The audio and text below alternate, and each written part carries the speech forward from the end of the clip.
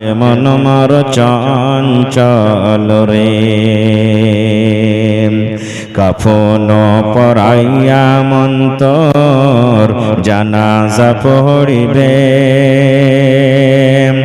কাফন পরাইয়া মন্তর জানাজা পড়িবে জানাজা পড়িয়া মন্তকে দফন করিবে রে আজ মন মর চঞ্চল রে মা কান্দিবে বেটার বেটা বোন কান্দিবে ভাই মা কান্দিবে বেটার বেটা বোন কান্দিবে ভাই ঘরের বেগম সেও তো কাঁদবে আর তো কেহ নাই রে আজ মন মর চঞ্চল রে আজ মন মর চঞ্চল রে ভাই ঝরে দুটি আঁখি বুঝাইলে বোঝে না তুই কোন জঙ্গলের পাখি রে আজ মন মর চঞ্চল রে নারে তাকবীর। আজকে জলসার যোগ্যতম শ্রদ্ধেয় সভাপতি সাহেব, উপস্থিত উলামায়ে কেরাম, সামনে বসে থাকা ইসলাম দরদি দিন দরদি ভাই ও বাবাজিরা, পর্দানাসীন মায়েরা এবং খালারা, সমস্ত তারিফ ও গুণগান সেই মহান আল্লাহ তাবারাক ওয়া তাআলার জন্য, যে মহান আল্লাহ তাবারাক ওয়া তাআলা আজকে আমাদেরকে নরম গরম বিছানাকে ত্যাগ করে এই রাব্বানিয়া বানাত মাদ্রাসার এই আজকে জালসার পিন্ডালের তলাতে একত্রিত হয়ে বসে কিছু বলার ও শোনার তৌফিক দিয়েছেন। তাই আমরা সে আল্লাহর প্রশংসা করি, অন্তর থেকে মুহাব্বতের সাথে সকলেই পড়েন আলহামদুলিল্লাহ। একটু জোর করে পড়েন ভাই আলহামদুলিল্লাহ। তারপর আমাদের শেষ নবী হযরত মুহাম্মদুর রাসূলুল্লাহ পড়েন সাল্লাল্লাহু আলাইহি ওয়াসাল্লামের পর অগণন দরুদ শরীফ শান্তির ধারা বর্ষিত হোক, আমিন। আল্লাহুম্মা সাল্লি আলাইহি আল্লাহুম্মা বারিক আলাইহি। ভাই বন্ধুগণ, আপনাদের বসার কত সুন্দর ব্যবস্থা করেছে, পোয়াল বিছানো হয়েছে, তিরপাল বিছানো হয়েছে, বিছাইতি আছে, আর আপনারা বাজারে রোডে ঘোরাফেরা করছেন। এটা কিন্তু দ্বীনি মজলিসের আদবের খেলাফ। আপনারা বসে যান ভাই, যারা দাঁড় হয়ে আছেন বসে যান, সাইডে যারা আছেন বসে যান জায়গা নিয়ে, যারা রাস্তাতে আছেন আপনারাকে বলবো আপনারা জালসা শুনতে এসেছেন, দিনের কাজে এসেছেন, আপনারা চা পানি কিছু খাওয়ার থাকলে খেয়ে মজলিসে এসে বসেন। আপনারা মজলিসে বসলে শুনতে পাবেন, নেকি পাবেন। চায়ের দোকানে থেকে ভাই নেকি পাওয়া যাবে না, শুনতে পাবেন কিন্তু নেকি পাওয়া যাবে না। এই জন্য আপনারা আসেন আর বসেন। আল্লাহর কাছে দোয়া করি রব্বুল আলামিন আমি যা কিছু বলবো যেন সহি হাদিস এবং কোরআন থেকে বলি এবং তার প্রতি আমল করার জন্য আল্লাহ তাবারাক ওয়া তাআলা আমাদেরকে তৌফিক দেন, পূর্ণ আল্লাহুম্মা আমিন। ভাই মুসলমান, আজকে আমি আপনাদের সামনে শিক্ষা সম্পর্কে কিছু কথা রাখবো, ইলম সম্পর্কে কিছু কথা রাখবো। আল্লাহ তাবারাক ওয়া তাআলা কোরআন মাজিদে 114টা সূরা দিয়েছেন। 114 সূরার মধ্যে আল্লাহ তাবারাক ওয়া তাআলা এই মানব জাতিকে আল্লাহ তাবারাক ওয়া তাআলা হেদায়েত করার জন্য, ভালো পথে নিয়ে আসার জন্য সব থেকে আগে যেটা নবী মুহাম্মদ সাল্লাল্লাহু আলাইহি সাল্লামের প্রতি আল্লাহ সূরা বা আয়াত নাজিল করেছেন, সেটা হলো কি ইকরা, মানে পড়ো। পড়িতে বলেছেন, সেটা পড়ার কথা এসেছে। কারণ মক্কা আজকে গোটা পৃথিবীর মধ্যে এক নম্বর হলো ইমানদার দেশ, আল্লাহওয়ালা দেশ আমরা মনে করি নাকি? সব কাজে আমরা দলিল দিই। ওখানে কাবা শরীফ আছে, ওখানে নবীর জন্ম হয়েছে, ওখানে কোরআন মাজিদ নাজিল হয়েছে। ভাই মুসলমান, একটু আমি আগেকার ইতিহাসে যাই। যে মক্কার জায়গাটা নবীজির নবী হওয়ার আগে কেমন ছিল। আপনারা শুনেছেন, পড়েছেন, জানেন যে নবী যখন জন্ম নিয়েছেন, নবী হওয়ার আগে এবং নবী হওয়ার কিছুদিন পরও মক্কার লোকেরা শরাব পান করত, মদ পান করত, মক্কার লোকেরা জুয়া খেলত, মক্কার লোকেরা ডাকাতি করত, মক্কার লোকেরা যদি কোনো বাড়িতে বেটি মেয়ে জন্মগ্রহণ হয়েছে মেয়েটাকে জিন্দা জমিনে গেড়ে দিত। যদি কোনো স্ত্রী মহিলার স্বামী মারা যেত ওই স্ত্রীটাকে হয়তো 1 বছর পর্যন্ত ঘরে বন্ধ করে রাখত, আর না হলে তাকেও মেরে দিত। এক কথা, এই দুনিয়াতে কোনো এমন এই বর্তমান যুগে পাপ নাই, গুনাহ নাই যে গুনাহটা মক্কাতে হতো না, সব গুনাহ হইতো। এইবারে আল্লাহ তাবারাক ওয়া তাআলা এত গুনাহ করা সত্ত্বেও আল্লাহ তাবারাক ওয়া তাআলা নবীকে বললেন না, হে নবী তুমি মানুষকে বলো যে তোমরা মদ পান করিও না, হে নবী মানুষকে তুমি বলো যে তোমরা জুয়া খেলিও না, হে নবী মানুষকে তোমরা বলো যে জিনা ব্যভিচার করিও না, হে নবী মানুষকে তুমি বলো যে মিথ্যা কথা বলিও না, হে নবী মানুষকে তুমি বলো যে তোমরা মেয়েকে মারিও না। এগুলা আল্লাহ তাআলা আদেশ করলেন না। আল্লাহ তাবারাক ওয়া তাআলা নবীকে যেটা আদেশ করলেন সেটা হলো কি, ইকরা। সেটা হলো কি, ইকরা মানে তুমি পড়ো, পড়ো। কেন আল্লাহ পড়া দিলেন? আপনারা জানেন মানুষের মধ্যে যদি ইলম থাকে, মানুষের মধ্যে যদি জ্ঞান থাকে, তাহলে মানুষেরা পড়বে আর পড়ার পর জানবে যে আল্লাহ তাবারাক ওয়া তাআলাকে কিভাবে চিনতে হবে, নবীকে কিভাবে চিনতে হবে, আর মদ পান করাটা কি, জুয়া খেলাটা কি, মেয়েকে দফন করাটা কি, জিনা ব্যভিচার করাটা কি, মানুষ জানতে পারবে। প্রত্যেক গুনাহ মানুষ জানবে, আর যখন মানুষ জানবে তখন আপনি আপ ছেড়ে দিবে। এই জন্য আল্লাহ তাবারাক ওয়া তাআলা সর্বপ্রথম পড়ার কথা বললেন। এবার আরো একটা কথা বলি আপনাদের সামনে। আল্লাহ তাবারাক ওয়া তাআলা সব থেকে আগে মানুষ, জিন, তারপর আপনার জমিন, আসমান, নদী, নলা, পাহাড় সব তৈরি করার আগে, সৃষ্টি করার আগে আল্লাহ কি পয়দা করেছেন জানেন?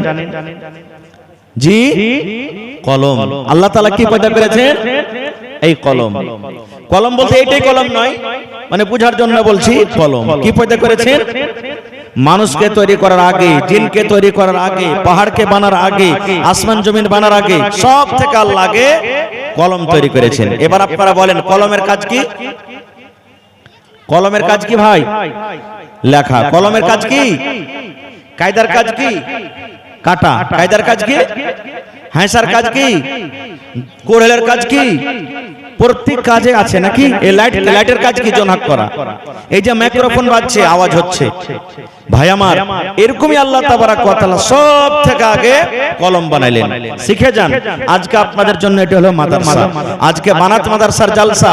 এই মাদ্রাসাতে আমার আপনার মেয়েরা, বোনেরা পড়ালেখা করবে, শিখবে, আর আজকে আপনারা শিখতে এসেছেন। আল্লাহ তাআলা কলমকে পয়দা করে দিলেন। এবার যখন কলম হয়ে গেল, এবার আল্লাহ তাআলা কলমকে বলছেন, ডাক দিয়েছেন কি, রে কলম লাখো, কলম তুমি লাখো। আল্লাহ রাব্বুল আলামিন কলমকে বলছেন, কলম রে তুমি লেখো, ও কলম তুমি লেখো। কাকে বলছেন আল্লাহ? কলমকে। এবার কলমের মুখ ফুটে গেল। কার মুখ ফুটলো? কলমের মুখ ফেটে গেল। কলম কথা বলতে লাগলো। বলবেন মাওলানা কলম কেমন করে কথা বলবে? কলমের কেমন করে মুখ ফুটলো? মুসলমান রে, আল্লাহ রাব্বুল আলামিনের কাছে কোনো জিনিসের কমি নাই। আল্লাহ রাব্বুল আলামিন সব কিছুরই মালিক, সব কিছু করতে পারেন। আল্লাহ রাব্বুল আলামিন কোরআনে বলেন, আল ইয়াউমা নাখতিমু আলা আফওয়াহিহিম ওয়া তুকাল্লিমুনা আইদিহিম ওয়া তাশহাদু আরজুলুহুম বিমা কানু ইয়াকসিবুন। সুবহানাল্লাহ।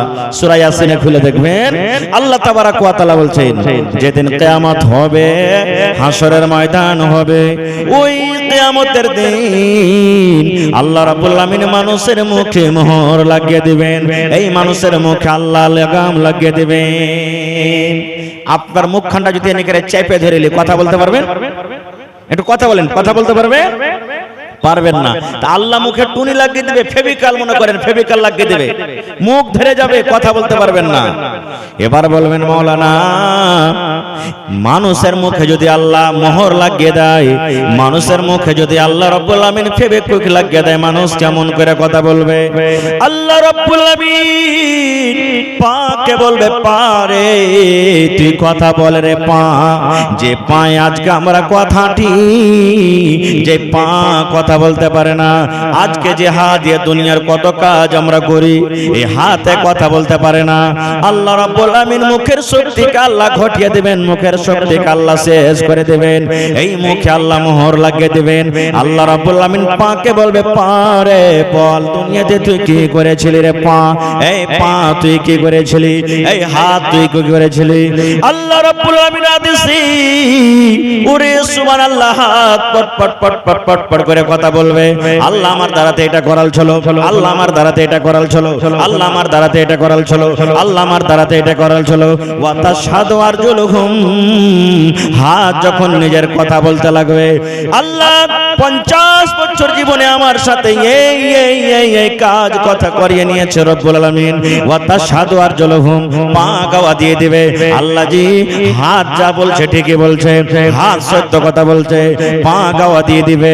বিমা কানু ইয়াকসিবুন, দুনিয়াতে আমরা যা কিছু করব। এটা বিশ্বাস আছে যে হাত একদিন কথা বলবে? জোরে বলেন, বিশ্বাস আছে কি? বিশ্বাস আছে পা একদিন কথা বলবে? জি, কোরআনের কথা।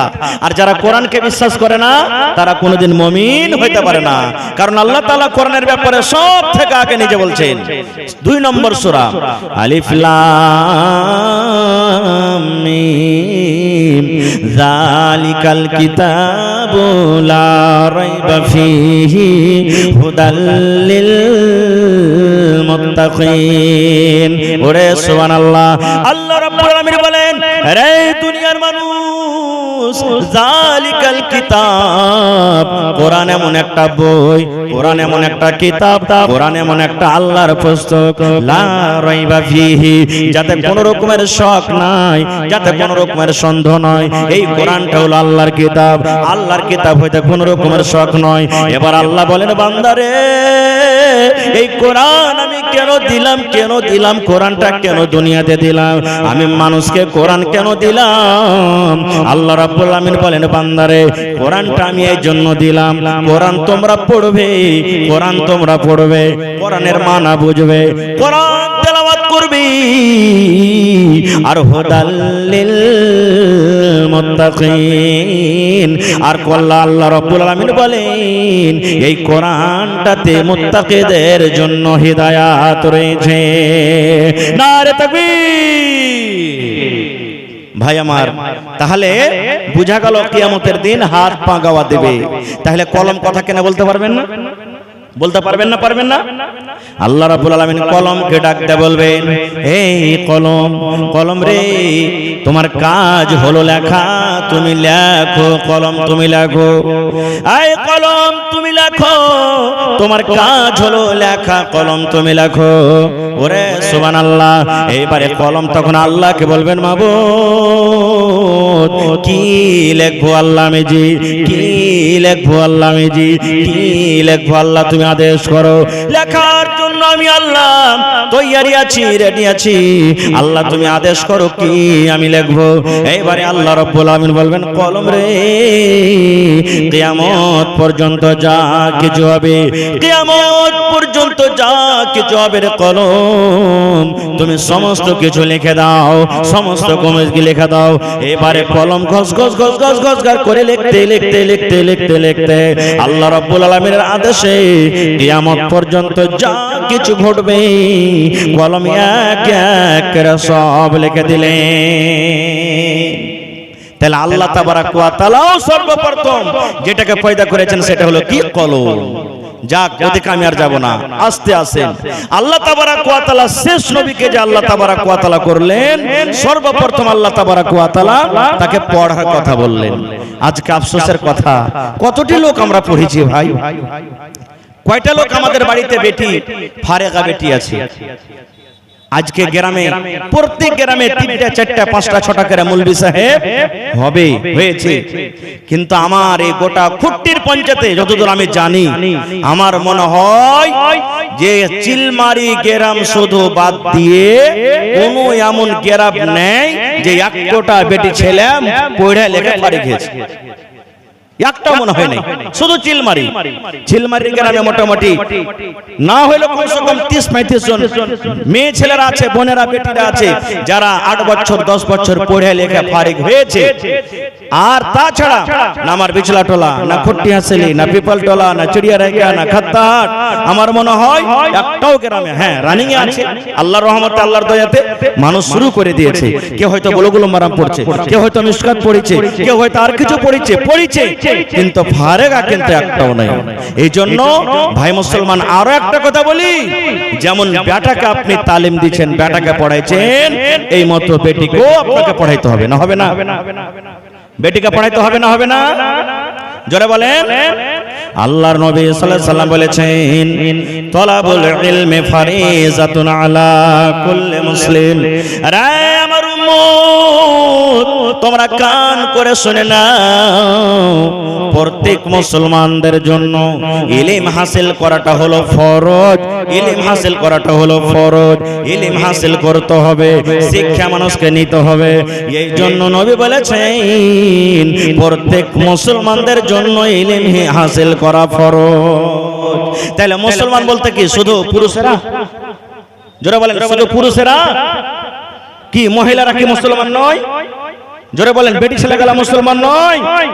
ওরাও মুসলমান। যেমন পুরুষকে ইলম শিখতে হবে, মেয়ে ছেলেকে ইলম শিখতে হবে। বলবেন হাজী মাওলানা, মেয়ে ছেলেরা ইলম শিখে কি করবে? তাহলে একটা ঘটনা বলছি আপনাদের সামনে, হাদিসের কথা। আল্লাহর নবী একদিন বসে আছেন, আল্লাহর নবীর স্ত্রী মা আয়েশা রাদিয়াল্লাহু তাআলা আনহা আল্লাহর নবীর পাঞ্জরে বসে আছেন। মিয়া বিবি গল্প করছেন, যা গল্প করার হয়।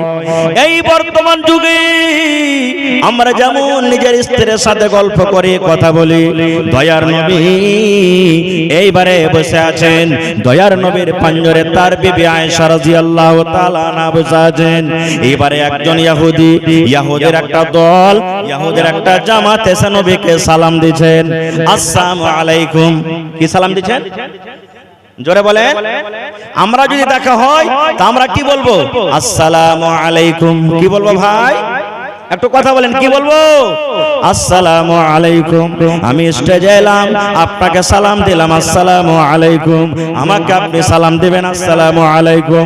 কোন মুসলমানের সাথে দেখা হবে, আসসালামু আলাইকুম। কিন্তু ওরে সুবহানাল্লাহ, নবীর দরবারে এসে ওই ইহুদি নবীকে সালাম দিচ্ছেন, আসসালামু আলাইকুম। আসসালামু বলে না, আসসালামু আলাইকুম।